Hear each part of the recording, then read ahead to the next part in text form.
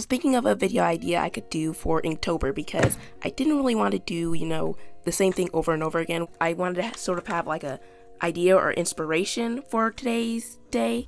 Like, I don't really know how to explain it, but I was looking through my old Inktober and I was trying to look for a drawing I could redraw and, fit it within the prompts of this year's Inktober. I finally decided to go with day 8 of last year's Inktober. And by the way, I'm following the official Inktober prompts. That's what I'm showing on screen right now. Like I was saying, I'm doing days 9 and 10. So I decided to do the sketches beforehand because, I didn't want to go into this video blind. I think that's all I have to show you guys. So without further ado, let's just get started with the speed paint.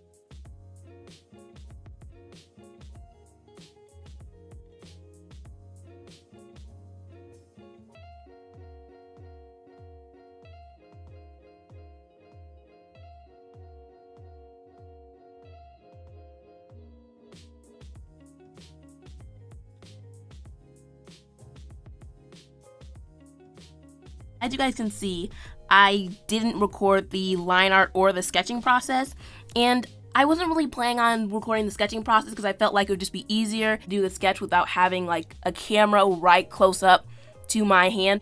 And in the long run, that wasn't a good idea because I tried to do that. I tried to do the same thing with the line art. From one of the angles, it just cast a big, huge shadow, and you could still see what I was drawing, and so that bothered me.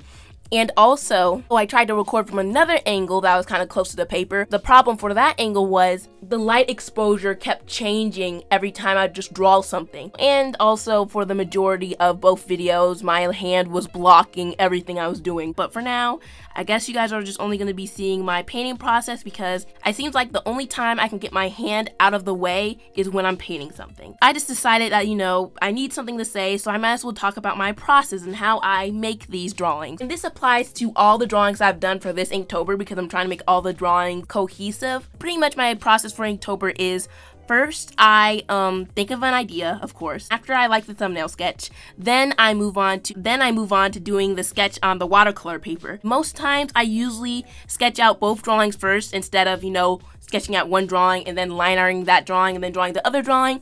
I just do that, and I don't know why I usually do that, because that can lead to more smudging on the other side. Especially for Inktober, the hardest part of Inktober is just starting the drawing. Finishing the drawing is not that hard, it's just starting it is the hard part. Because sometimes when I decide on a thumbnail, I feel like it'll look bad, but then usually the drawing turns out better than the thumbnail, so it's all good in the end. I think I only drew like 4 thumbnails for this day.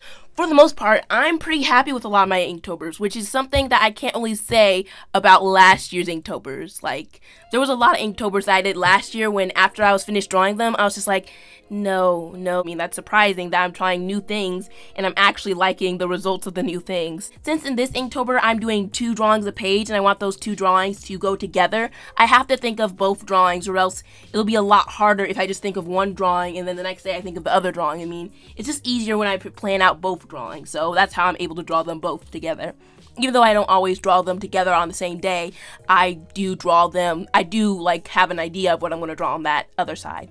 Hopefully I'm not sounding like gibberish. So after I do the sketching and then after I do the line art, which by the way I'm doing line art in Inktober is a little different from what I usually do. Most of the time when I do line art, I pretty much line art everything. I usually don't miss out on anything. For this Inktober, I found myself not line arting every single thing, and I think my drawings turned out, I ended up liking my drawings more when I didn't line art every single thing with black ink. Like some parts I might line art with colored pencil.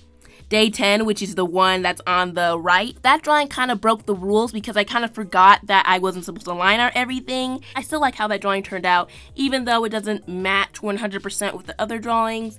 It's okay, I mean, they don't have to be perfect. This Inktober's coloring process is a lot different than last year's Inktober because last year's Inktober, I'm pretty sure I didn't really watercolor anything. I think I watercolored like 2 or 3, maybe even 4 drawings, but not all of them. Most of them were just like inked and pen, and that was it. To make the whole painting like be more cohesive and go together, what I first do is I first put down like a light wash of the brush marker color, and then after that dries, after that base layer dries, then I put more watercolor down in the areas that I want to be darker.